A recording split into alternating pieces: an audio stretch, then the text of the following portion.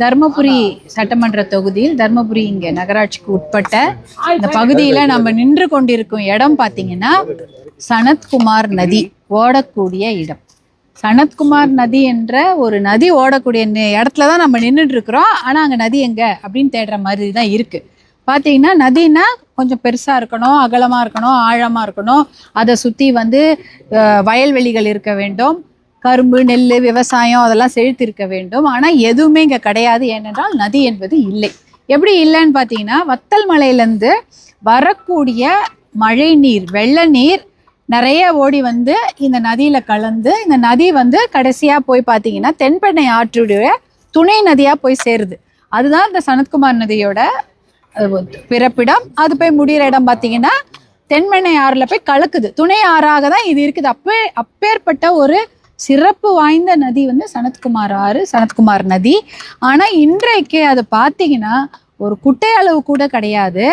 அது எங்கே இருக்குன்னு தேடக்கூடிய நிலைமையில தான் இருக்கும். கிட்டத்தட்ட நாங்கள் அதோட தொடர்ந்து அதை ஒரு 6 இடத்துல இன்னைக்கு நீங்களும் என்னோட தான் வந்துட்டு இருந்தீங்க, ஊடகங்களும் என்னோட தான் வந்துட்டு இருக்கிறீங்க. 3 இடத்துல வரோம். 3 இடத்துலையுமே நதியை பார்க்க முடியல. ஏதோ கொஞ்சம் இடத்துல ஒரு தனியார் ஃபவுண்டேஷன் அதை சுத்தப்படுத்தி ஒரு 4 கிலோமீட்டர் 5 கிலோமீட்டர் பக்கத்தில் இருக்கிற ஆக்கிரமிப்புகள்லாம் கொஞ்சம் சரி பண்ணி அப்புறம் அதை சுத்தப்படுத்தி இருக்கிறாங்க. ஆனால் டன் கணக்கில் பிளாஸ்டிக் கழிவுகள் இங்கே இருக்குது. இங்கே நீங்கள் பார்க்கும்போதே தெரியும். பக்கெட்டு, துணி, அப்புறம் பார்த்தீங்கன்னா பிளாஸ்டிக் கவரு, நெகிழி பைகள், நெகிழி குப்பைகள் எல்லாமே இதில் இருக்குது. இன்னைக்கு இதை சுத்தம் பண்ணால் டன் கணக்கில் வெறும் பிளாஸ்டிக் கழிவு மட்டும் நம்ம எடுக்க முடியும். ஏன் அப்படி இருக்குது இந்த நதி அப்படின்னா, இது டவுனில் இருக்குது. ஏன் டவுனில் இருக்குன்னா தர்மபுரி வளரக்கூடிய ஒரு நகராட்சி. அதில் கிட்டத்தட்ட 80,000 பேர் வசிக்கிறார்கள். 80,000 பேரும் இங்கே தான் இருக்கிறாங்க. அவர்கள் உபயோகிக்கக்கூடிய அனைத்து தண்ணியாக இருக்கட்டும், கழிவு நீராக இருக்கட்டும், எல்லாம் சாக்கடையில் போனால் கூட அவங்க கொட்டக்கூடிய குப்பைகள் அனைத்தும் இந்த பகுதியில் சேருது. தனியாகவே நகராட்சி என்ன பண்ணுறாங்க, அதுக்கு 3 குப்பை கிடங்குகள் வச்சிருக்கிறாங்க. கொண்டு போய் அங்கே வண்டியிலையோ லாரியிலையோ கொண்டு போய் கொட்டுறாங்க. இருந்தாலும் எல்லா இடத்துலையும் ஆக்கிரமிப்புகளும் இருப்பதனால வெறும் குப்பையாக தான் இருக்குது. ஒரு இடத்துல கூட நிற்க முடியல, ஒரே துர்நாற்றம் வீசுகிறது. ஆனால் பார்த்தீங்கன்னா இந்த நதியில் குளிச்சிருக்கிறாங்க, கரும்பு விவசாயம், நெல் விவசாயம், காய்கறிகள்லாம் பண்ணியிருக்கிறாங்க, இங்கே துணி துவைச்சிருக்கிறாங்க, இந்த தண்ணியை புனித நீராக உபயோகப்படுத்தியிருக்கிறாங்க. ஆனால் இன்றைக்கு இது பக்கத்தில் கூட வர முடியாது. ஏன்னா இன்னைக்கு நம்ம பேட்டி கொடுத்துட்ருக்குறோம். முதல்ல என்னன்னா எப்போ இதை முடிப்போன்னு வெயிட் பண்ணுறோம். ஏன் துர்நாற்றம் தாங்கவில்லை, கிளம்பணும், முக்கியது போகணும்னு நினைக்கிறோம். அந்த அளவுக்கு அது சாக்கடையாக மாறி போச்சு. நதி என்பது சாக்கடையாக மாறி போச்சு. இதுக்கு முக்கியமாக இது முதல்ல தூர்வாரி கிளீன் பண்ணி முதல்ல குப்பையை அகற்றணும், அப்புறம் தூர்வாரணும், கரைகளை அகலப்படுத்தி அந்த என்க்ரோச்மெண்ட் எல்லாம் ஆக்கிரமிப்பெல்லாம் சரி பண்ணி அகலப்படுத்தி கரையை பலப்படுத்தி பக்கத்தில் நீங்கள் ஒரு மக்கள் நடமாடக்கூடிய அளவுக்கு இந்த பகுதியை செய்துட்டாலே இந்த சனத்குமார் நதி சுத்தமாயிடும். இதுக்கு கிட்டத்தட்ட ஒரு 46 கிலோமீட்டர் இது வருது. நகராட்சிக்குள்ளே ஒரு 7-8 கிலோமீட்டர் 10 கிலோமீட்டர் வந்துட்டு இருக்குது. 46 கிலோமீட்டருக்கு இங்கே பார்த்தீங்கன்னா நகராட்சிக்குள்ளே இதுக்குள்ளேயே கிட்டத்தட்ட 8 செக் டேம் கட்டியிருக்கிறாங்க. 8 செக் டேம் இருக்கிறதுனால தான் தண்ணி ஏதோ வரக்கூடிய தண்ணி அதை சேமித்து வைக்குது. இன்னும் கூட நிறைய செக் டேம் கட்டினா வரக்கூடிய மழை தண்ணீர் அதை சேமிச்சோம். காட்டாற்று வெள்ளமாக தண்ணீர் வந்த நதியாம் சனத்குமார் நதியில் வெள்ளம் வந்த போது அப்படின்னு கதையெல்லாம் சொல்கிறாங்களா. இன்றைக்கி தண்ணியே கிடையாது, நதியே இல்லை, தண்ணியும் இல்லை. இதற்கு முக்கிய காரணம் கழிவுகளை சுத்தப்படுத்தணும். அது ஒரு சொல்யூஷன், அதுக்கு ஒரு தீர்வு. அடுத்து இதில் சாக்கடையோ இல்லை அந்த கழிவு நீரை சுத்திகரிக்கப்படாமல் கலப்பது, அது ஒரு மிகப்பெரிய தவறு. அதற்காக நகராட்சியில் இப்போ டிபார்ட்மெண்ட்டில் என்ன பண்ணிட்டு இருக்காங்க, ஒரு கிட்டத்தட்ட 40% முடிவடைந்து விட்டது. சுத்திகரிப்பு நிலையம் கட்டிட்டு இருக்கிறாங்க. அது 2 வருஷமா நடந்துட்டு இருக்கு. இன்னும் 1 வருஷத்துக்குள்ள அது நிதி ஒதுக்கீடும் ஆயிடுச்சு. அந்த நிலையத்தை சீக்கிரமா கட்டிட்டாங்கன்னா இந்த கழிவு சாக்கடையை சுத்திகரிப்பு பண்ணி அதுக்கப்புறம் உள்ள தண்ணியில விடுவாங்க. அப்படி விட்டாங்கன்னா இன்னும் அந்த குப்பை கொஞ்சம் இல்லை அந்த கழிவு நீர் துர்நாற்றம் கொஞ்சம் குறையும். முதல்ல நம்ம இந்த நதியை கிளீன் பண்ணணும். 2வது அந்த உள்ள கலக்கிற குப்பைகளை தடுக்கணும். 3வது கலக்கக்கூடிய கழிவு நீரை சுத்தப்படுத்தி கலக்கணும். இது ஒரு 3 தீர்வு. இது 3த்தையும் அட் அ டைம் ஒன்றோட ஒன்று சேர்ந்து செய்யணும். இதை முடிச்சப்புறம் தான் அது அப்படின்னு பண்ண முடியாது. அதற்கான திட்டங்களை தான் செய்திருக்கிறாங்க அரசாங்கத்தில். இப்போ இதுக்கு கொடுத்துருக்குறாங்க இதை க்ளீன் பண்ணணும்னு. ஆனால் அதுக்கு இன்னும் நிதி ஒதுக்கீடு செய்யப்படலை. திட்டங்களை கொடுத்துருக்குறாங்க. இப்போதைக்கு என்னென்னா அதுக்கு நிதி ஒதுக்கீடு செய்யப்படாதது ஒரு குறை. அப்போ எப்படி பண்ணுறது அப்படின்றத பற்றி தான் நாங்கள் கலந்து ஆலோசிக்க இன்னைக்கு நகராட்சி நிர்வாகம், நீர்வளத்துறை எல்லாருமே வந்திருக்கிறாங்க.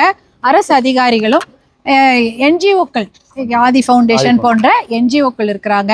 அதே போல் இங்கே எல்லாருமே கட்சி பாகுபாடின்றி நாங்கள் அனைவரும் இங்கே கூடியிருப்பது எதுக்கு தான், தருமபுரி நகராட்சி இந்த டவுன் நல்லா சுத்தமாக இருக்கணும், இந்த தண்ணி விவசாயத்துக்கும் பயன்படணும், மக்கள் பயன்பாட்டுக்கும் இந்த தண்ணி கிடைக்கணுன்றதுக்காக இன்னைக்கு நாங்கள் இதை ஆய்வு செய்ய வந்திருக்கிறோம். மேடம், கர்நாடக அரசு மேகதாட்டு இடத்துல அணை கட்டுவதற்காக இப்போ அளவீடு பண்ணி நடந்துட்டு இருக்கு. அதனால தமிழ்நாட்டின் வாழ்வாதாரம் கேள்விக்குறியா இருக்கு. அது குறித்து இப்ப நீங்க என்ன கருத்து சொல்ல போறீங்க? அதே மாதிரி தமிழ்நாடு கவர்மெண்ட் என்ன அதுக்கு நடவடிக்கை எடுக்கணும்? அதாவது பாட்டாளி மக்கள் கட்சி சார்பாக விழிப்புணர்வு பயணத்தை தொடர்ந்து நாங்க மேற்கொண்டு வருகிறோம்.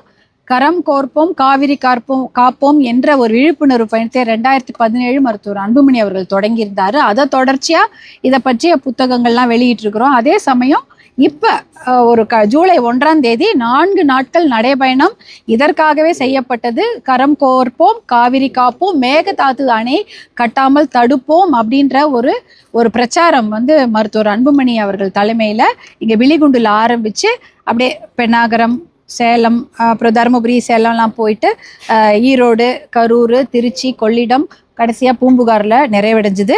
இதை பற்றிய சென்னையிலையும் அதை பற்றி நாங்கள் அமைச்சர்கள் இடத்தில் அதை பற்றி நாங்கள் பேசியிருக்கிறோம். நம்ம தமிழக அரசு அதை கேட்டிருக்கிறாங்க. மேகதாது அணை கட்டக்கூடாது என்ற தீர்மானத்தை சட்டமன்றத்தில் நிறைவேற்றி இருக்கிறார்கள். அதற்கான அந்த ஆணையத்தை நிறுவக்கூடாது என்பது எங்களுடைய கோரிக்கை.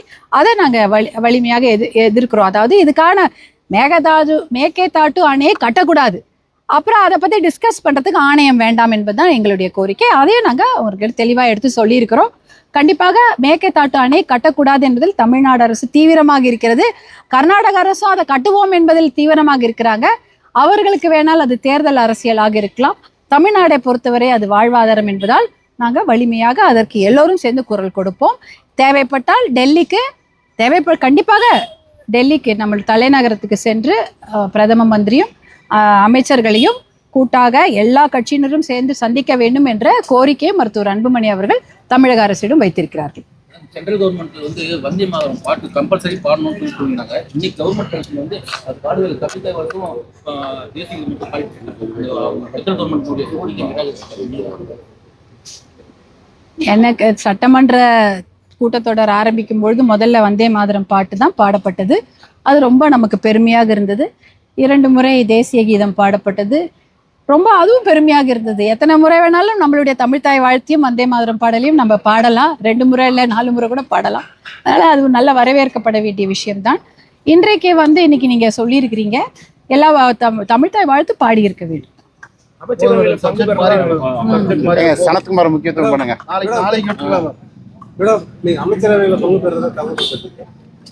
நம்ம சனத்குமார் நதியை கிளீன் அப் பண்ணணும் முதல்ல. அதற்கு உங்களுடைய ஆதரவெல்லாம் கண்டிப்பாக வேண்டும். இதை பத்தி நீங்க நிறைய இது பண்ணுங்க. ஏன்னா இன்னைக்கு அது ரொம்ப முக்கியமான விஷயம். இந்த விஷயம் அவங்களுக்கு போய் சேர்ந்துதான் அதுக்கு நிதி ஒதுக்கீடு செய்தார்கள் என்றால் நம்ம தருமபுரி தொகுதியில டவுன் கொஞ்சம் பயன்பெறும். அதனால அந்த விஷயம் முக்கியத்துவம் பெற வேண்டும் என்று நம்ம விரும்புகிறோம். நம்ம அனைவரும் அதுதான் விரும்புவோம்னு நினைக்கிறேன். நன்றி. அதுதான் அதெல்லாம் கண்டிப்பாக ஆக்கிரமிப்பு அரசு அலுவலகங்கள்ல அதை பத்தி ஒரு முடிவு எடுப்பாங்க. அதற்கு நாங்க எல்லாம் உறுதுணையாக இருந்து இந்த நதியை சுத்தம் பண்ணுவதில் முன்னுரிமை கொடுப்போம். நன்றி.